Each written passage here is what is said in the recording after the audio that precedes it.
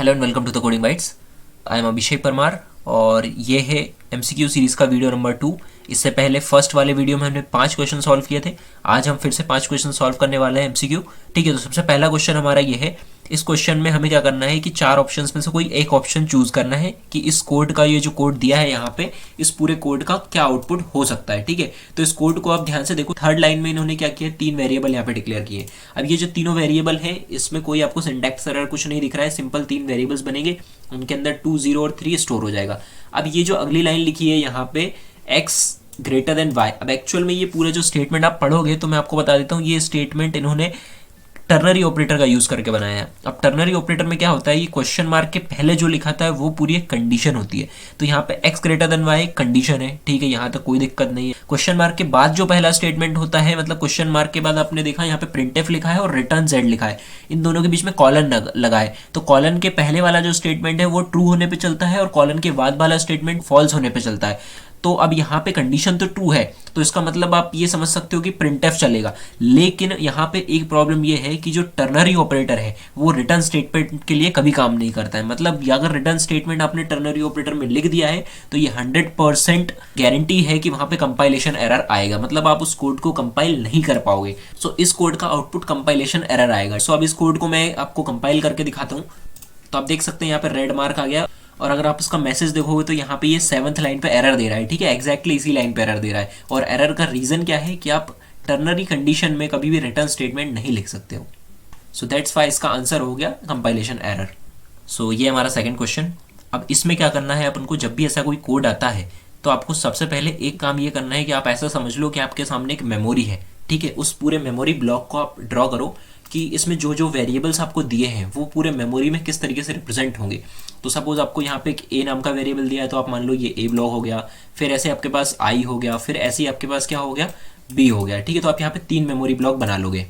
अब उसके बाद क्या है कि ए को इन्होंने 1 दिया है, तो इसका मतलब ए के अंदर 1 स्टोर होने वाला है, तो ये मैंने 1 स्टोर कर दिया। फिर उसके बाद इन्होंने क्या किया है, आई में 0 स्टोर किया है, तो आई में अपन 0 स्टोर कर लेते हैं। इस तरीके से क्या होगा, आपको प्रोग्राम का एग्जीक्यूशन और अच्छे से समझ में आएगा कि किस तरीके से 1 बाय 1 जो प्रोसेस होती है वो आपको ज़्यादा क्लियर समझ में आती है। ठीक है, तो इस तरीके से आप ड्रॉ कर सकते हैं।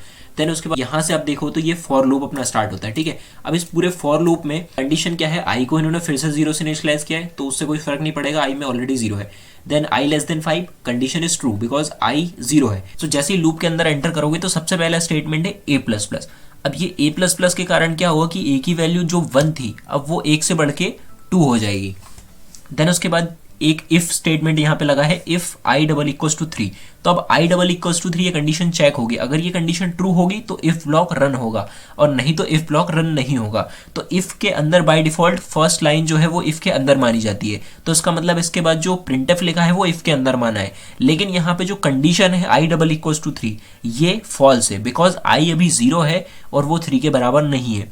तो उस केस में ये कंडीशन फॉल्स हुई, तो मतलब हेलो वर्ल्ड तो प्रिंट नहीं होगा। अब ये जो ब्रेक स्टेटमेंट है प्रिंटफ के बाद, इसके कारण क्या होता है कि जैसे ही ब्रेक स्टेटमेंट कभी लूप में आता है तो लूप का एग्जीक्यूशन वहीं पर रुक जाता है। तो लूप का एग्जीक्यूशन जैसे ही रुकेगा तो ये कर्ली ब्रेस से बाहर आएगा और उसके बाद आपका जो प्रिंटफ है ये प्रिंटफ चलेगा। ठीक है, क्योंकि अभी देखो प्रोग्राम बंद नहीं हुआ है, अभी सिर्फ फॉर लूप बंद हुआ है। अब प्रिंटफ जब चलेगा तो प्रिंटफ में क्या करा है इन्होंने, ए की वैल्यू प्रिंट कराई है और ए की वैल्यू अभी अपन देखें तो सिंपली 2 है। दैट मीन्स हमारा आउटपुट क्या होगा, 2 होगा ऑब्वियसली। अब इसको अपन रन करके देख लेते हैं। So as you can see इसका आउटपुट आ रहा है 2। सो ये हमारा अगला क्वेश्चन। इस क्वेश्चन में सबसे पहली लाइन अगर आप देखो तो सबसे पहली लाइन में क्या लिखा हुआ है, इंट y इक्वल्स टू 5। अब इससे क्या हुआ कि मेमोरी में एक ब्लॉक बनेगा जो हमने ऑलरेडी यहाँ पे बनाया है y। ठीक है, उसमें चला जाएगा 5, मतलब y के अंदर वैल्यू स्टोर होगी 5। फिर अगली लाइन लिखिए int z equals to y plus y equals to 10। अब यहाँ पे अगर आप देखोगे सबसे पहले तो y इक्वल्स टू 10 पहले एग्जीक्यूट होगा, क्योंकि यहाँ पे क्या है, ये एक अपने आप में ब्रेस के अंदर है और इसकी सबसे ज़्यादा एसोसिएटिविटी प्रेसिडेंस होती है। अगर आपने एसोसिएटिविटी प्रेसिडेंस नहीं भी पढ़ी है तो भी आप समझ सकते हैं, नॉर्मल मैथमेटिक्स में भी कोई चीज़ अगर ब्रैकेट के अंदर लिखी है तो उसको सबसे पहले एग्जीक्यूट किया जाता है। सो इस ब्रैकेट के कारण y इक्वल्स टू 10 एग्जीक्यूट होगा और y इक्वल टू 10 के कारण क्या होगा, जो y में 5 था अब उसकी जगह पे आ जाएगा 10। फिर बाकी का जो एक्सप्रेशन है ये पूरा एग्जीक्यूट होगा। अब इस पूरे एक्सप्रेशन में आप देखो तो y plus y equal to 10 था, तो y इक्वल टू 10 तो यहाँ पे एग्जीक्यूट हो गया। तो मतलब ये जो पूरा पार्ट है ये पूरा y इक्वल टू 10 रिप्लेस हो जाएगा, या तो y कह लो या 10 कह लो, दोनों से रिप्लेस हो सकता है। ठीक है, तो इसका मतलब यहाँ तो सिंपल 10 हो जाएगा।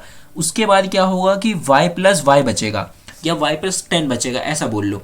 तो y में क्या है, अभी ऑलरेडी 10 है, और 10 प्लस 10 क्या हो गया 20। दैट मीन्स कि z में क्या आ जाएगा 20 आ जाएगा। अब इसके बाहर क्या है, यहाँ पे लिखा है print F, that means z की वैल्यू इन्होंने प्रिंट कराई है, और z की वैल्यू अभी क्या है 20 है। तो इसके कारण क्या होगा कि z की वैल्यू 20 है, तो आउटपुट हमारा हो जाएगा 20। सो इसी कोड को अपन रन करके देखते हैं।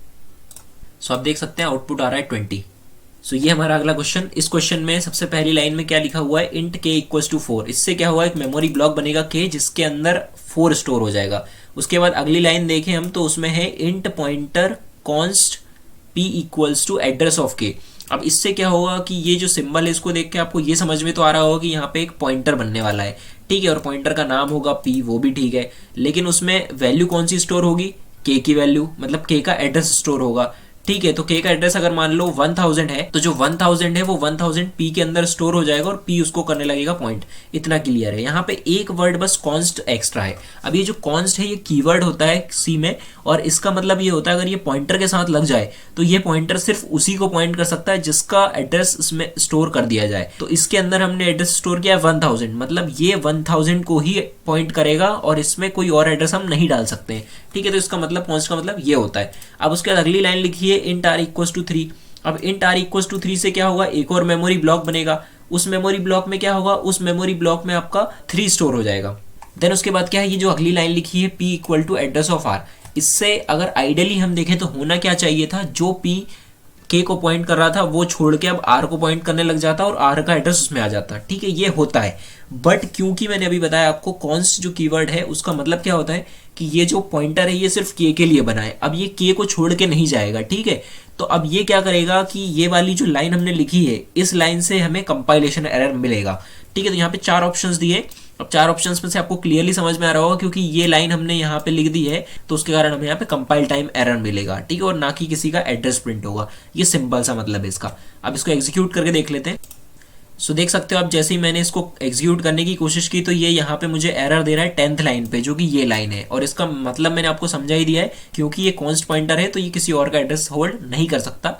सो ये हमारा आज का लास्ट क्वेश्चन। इस क्वेश्चन में क्या है, आपको एक सूडो कोड दिया हुआ है। ये जो आपको यहाँ पे लिखा हुआ दिख रहा है इसको हम बोलते हैं सूडो कोड। अब सूडो कोड की खासियत ये होती है कि ये किसी लैंग्वेज में नहीं होता है, ये सिंपल इंग्लिश में एक कोड लिखा होता है जिसको आपको क्या करना पड़ता है, रीड करके उसको प्रोग्रामिंग के पॉइंट ऑफ व्यू से अंडरस्टैंड करके और उसका फिर आउटपुट बताना पड़ता है। तो यहाँ पे मैंने क्या किया है, इस साइड में एक कोड लिखा है छोटा सा, जो कि इसी सूडो कोड का एक सी लैंग्वेज में मैंने कोड लिख दिया है आधा, जिससे आप उसको ज़्यादा अच्छे से समझ पाओ। जब ऑनलाइन टेस्ट में ये कोड आता है तो आपको क्या करना पड़ता है, वहाँ पे सिंपल इसी सूडो कोड को पढ़ के आपको वहाँ पे आंसर देना पड़ता है। आपको इतना टाइम वहाँ पे नहीं मिलेगा कि आप इसको पहले ट्रांसलेट करोगे किसी लैंग्वेज में एंड देन फिर आंसर निकालोगे, ठीक है। तो हम क्या करते हैं, इस कोड को समझने की कोशिश करते हैं। सो सबसे पहली लाइन में लिखा है स्टार्ट, मतलब हमारा कोड यहाँ से स्टार्ट होने वाला है। देन सेकंड लाइन में लिखा है declare x y m n. अब इसका मतलब क्या है कि यहाँ पे 4 वेरिएबल्स इन्होंने डिक्लेयर किए हैं। अब यहाँ पे कोई भी डेटा टाइप नहीं दिए तो आप अभी फिलहाल एज्यूम कर लो कि ऐसे 4 ब्लॉक्स रहेंगे, ठीक है। किस डेटा टाइप के हमें नहीं पता है। लेकिन उसके बाद इन्होंने फिर ये भी दिया है कि x में 22 होगा और y में 3 होगा, तो x में 22 डाल दिया और y में 3 डाल दिया। तो अब यहाँ पे आप ये एज्यूम कर सकते हो कि ये जो है इंटीजर टाइप के हैं, ठीक है। उसके बाद अगली लाइन में लिखा है set m equals to x और n इक्वल्स टू y लिखा है। इसका मतलब ये होगा कि जो m है उसमें x की वैल्यू कॉपी कर दो और n में y की वैल्यू कॉपी कर दो। तो इससे क्या होगा कि m में चला जाएगा 22 और n में चला जाएगा 3। उसके बाद फिर आगे 4th लाइन में लिखा हुआ है while m not equals to n। अब इसको अगर आप चाहो तो प्रोग्रामिंग में कन्वर्ट कर सकते हो, ठीक है। कैसे कन्वर्ट कर सकते हो, जैसे मैंने यहाँ पे कन्वर्ट किया है। मैंने यहाँ पे लिखा है while m not equals to n, ठीक है। इसको इन्होंने इंग्लिश में लिख के दिया है, इसी को आप कोड में कन्वर्ट करके ऐसे समझ सकते हो। तो m not equals to n ये आपकी टेस्ट कंडीशन हो गई। उसके बाद यहाँ पे लिखा है if m greater than n, मतलब इसके अंदर एक इफ़ कंडीशन होगी कुछ इस तरीके से, जो 5th लाइन में मैंने यहाँ पे लिखी है कि m ग्रेटर देन n होगा तो उसको फिर क्या करेगा, ये m equals to m minus 1 कर देगा। तो ये यहाँ पे इस लाइन का मतलब है। फिर लिखा है अदरवाइज, तो अदरवाइज का मतलब ये है कि अगर इफ़ नहीं चलेगा तो क्या चलेगा, एल्स चलेगा। सो आप यहाँ पे ऐसे एल्स में डाल सकते हो इसको, या फिर विदाउट एल्स के भी डाल सकते हो। फिर एंड इफ़, मतलब यहाँ पे इफ़ और एल्स जो है ये ख़त्म हो जाएगा। अब उसके बाद यहाँ पे लिखा है एंड वाइल, तो एंड वाइल का मतलब क्या हुआ कि ये इसका जो क्लोजिंग ब्रेस है यहाँ पे लगना चाहिए।